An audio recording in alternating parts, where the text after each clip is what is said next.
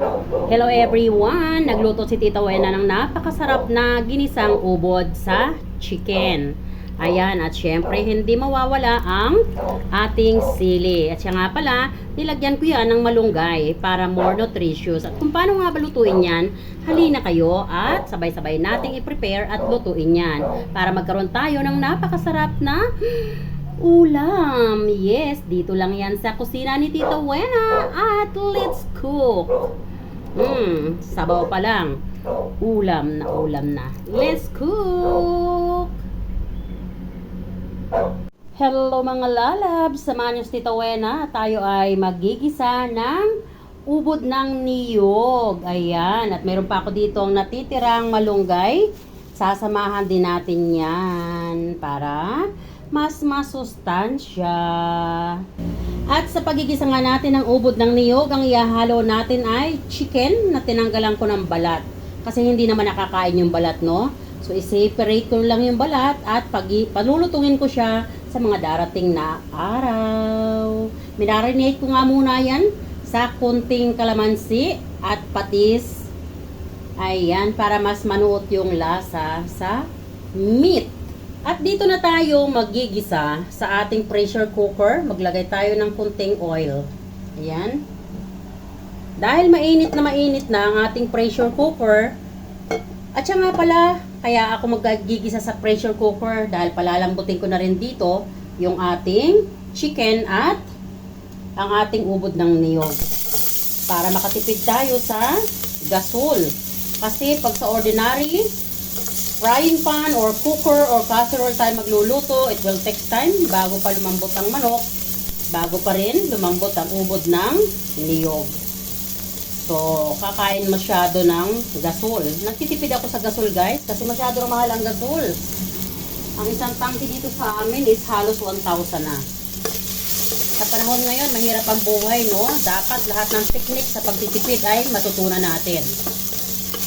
Para tayo, kung tayo ay umaasa lang sa support, hindi tayo masyado makapagpabigat sa tao na nagsusupport sa atin. Ayan, pagkalagay nga natin ng luya, sinapchap ko lang yan na maliliit na ganyan para mas madaling ma-extract ang lasa. Isusunod na rin natin ang bawang.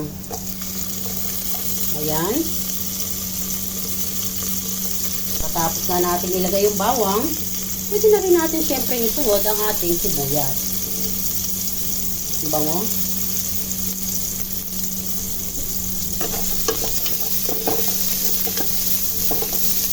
Ayan. Wow, ang bango. At maglalagay nga tayo ng oregano. Ayan, para mas mabango.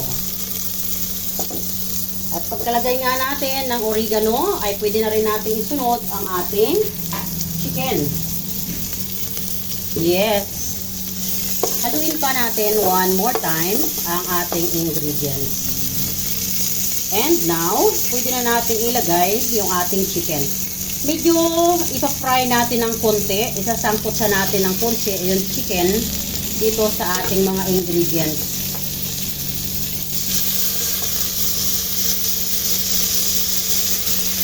Ayan.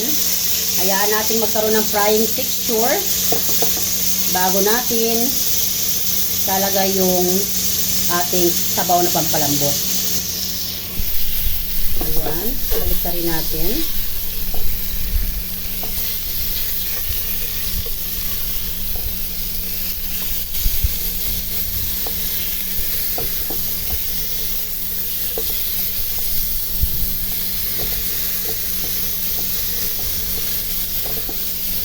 Bango, guys.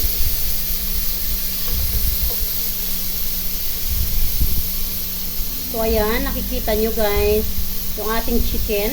So, ganyan, dapat may frying texture na bago natin ilagay yung pinagmarinate natin na kalamansi at patis. Patamain natin dyan sa chicken para mas manuot pa yung lasa. Ayan. Bango. Bango-bango niya.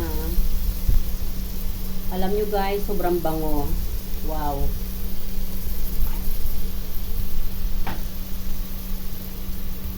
Now, pwede na tayong maglagay ng pamintang durog. Sa ating paglalagay ng pamintang durog, no measurement, kayo na ang bahala na mag-adjust kung gaano karami ang pamintang durog na inyong ilalagay. Ayan.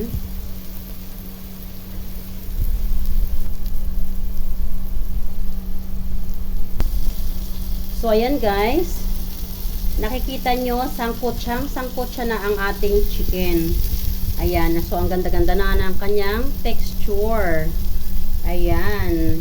So, pwede na natin ilagay yung ating ubod ng niyog. Lumalabo yung camera ko. Yung ating ubod ng niyog ay chinang ko lang siya ng ganyan. Hindi ko siya hiniwa-hiwa.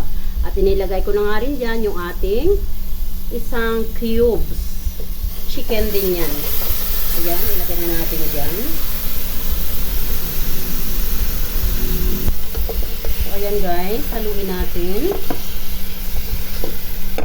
Para yung ingredients ay ma-mix.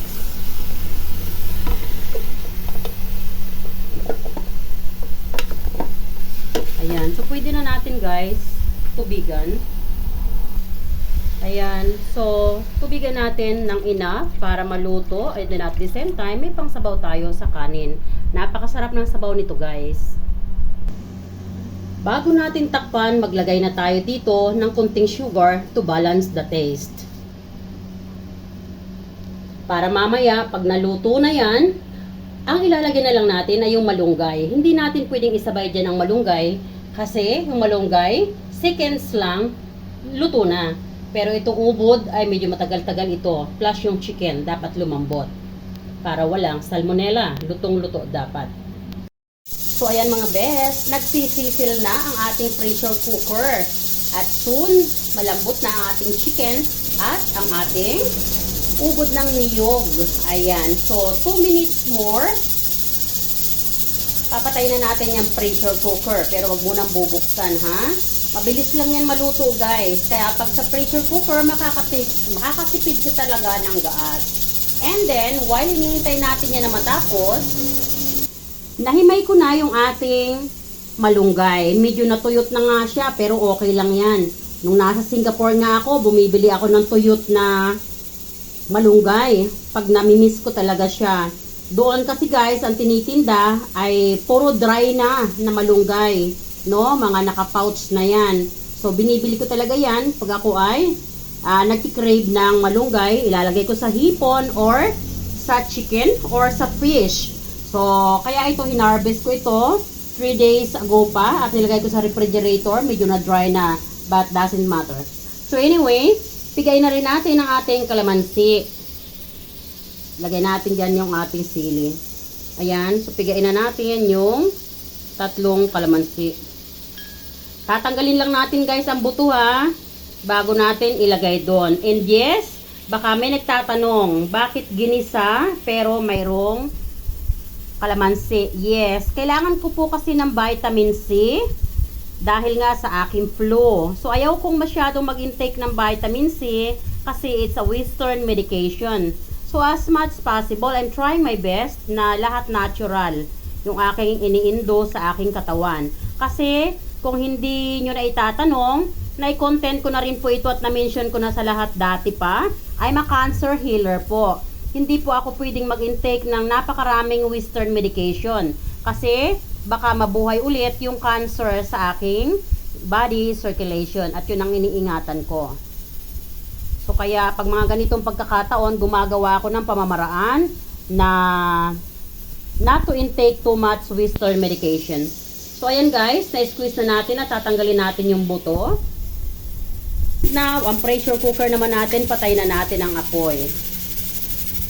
At pagkapatay nga natin ang apoy, tanggalin na kaagad natin yung umiikot na yan para lumabas na yung pressure.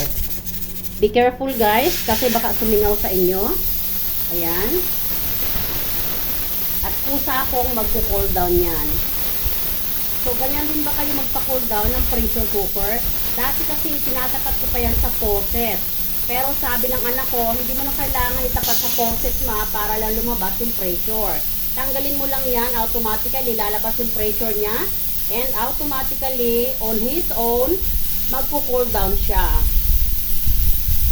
So, yan guys, yung pamamaraan na mas mabilis na magpa-cool down ng pressure cooker. Once na narinig nyo na wala na yung sounds na yan, and then, i-touch nyo lang ang handle na ito. Pag malambot na siya, pwede na pong buksan yon. Pero wag nyong puwersahin kasi baka mag-explode yung inyong pressure cook, mai-injured kayo. At the same time, magkukause ng napakaraming linisin sa inyong kusina. So, once again, lagi ko pong sinasabi, ang pressure cooker ay napaka-friendly gamitin. Mabilis siyang gamitin, save time, save gasol at the same time. But, it's quite dangerous kung hindi nyo alam gamitin. So, that's why we need to be careful pag tayo ay gumagamit ng pressure cooker. Kasi marami na pong cases na naka-injured ang pressure cooker. So, ayan, narinig na po natin yung sounds na tick. Ayun. Ibig sabihin, bumaba na siya. Ayan. So, once na bumaba na, yan, at nawala na rin yung usok, ibig sabihin, malambot na yan. So, pwede na nating buksan.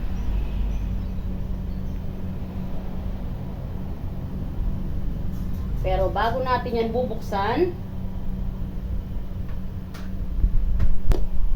so, ayan guys. Pwede na natin ilagay ngayon yung ating malunggay. Ayan, hindi na po natin kailangan buhayin pa ulit yung apoy. Dahil mainit na mainit pa po yan. Kakukulo pa lang. Itong ating malunggay at sili, mabilis lang naman yang maluto. So, ilalim na lang natin ng ganyan. So, nakita nyo, luto na kaagad. Ganun lang po kabilis.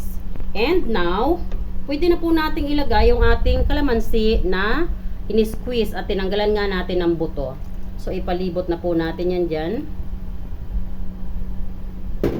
Ang bango. Lalong bumango. So, ayan. And, nakita nyo yung ating chicken.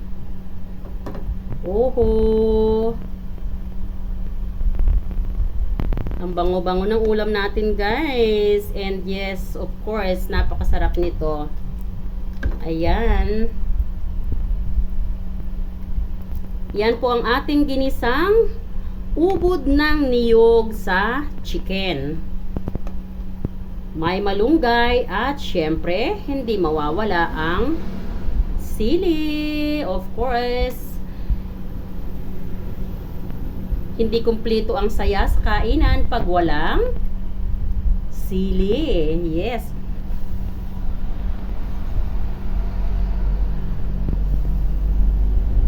Hipan natin para mawala yung usok. Para tayo ay makapag-picture. Para tayo may pang-post.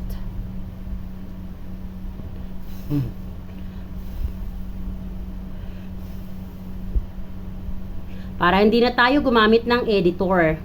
Ayan, guys, alam nyo ba, ito ay sabaw pa lang, ulam na ulam na. Look at that. Ooh. Yummy. Ayan, kain na tayo. Yay! Delicious. Siyempre, titikman naman na natin yan bago tayo kumain.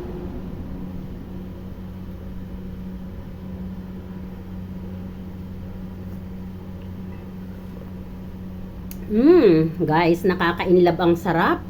Grabe yung sabaw. Look at that. Wow. So good. So good.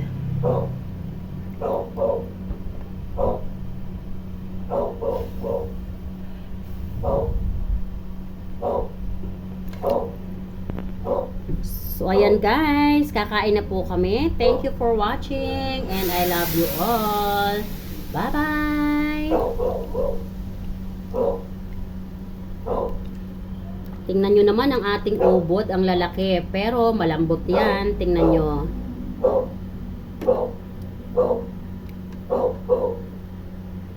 Oh, o diba?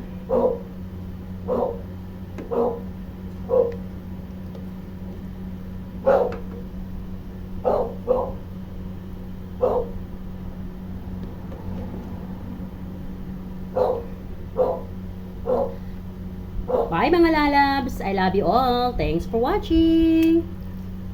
Bye yo!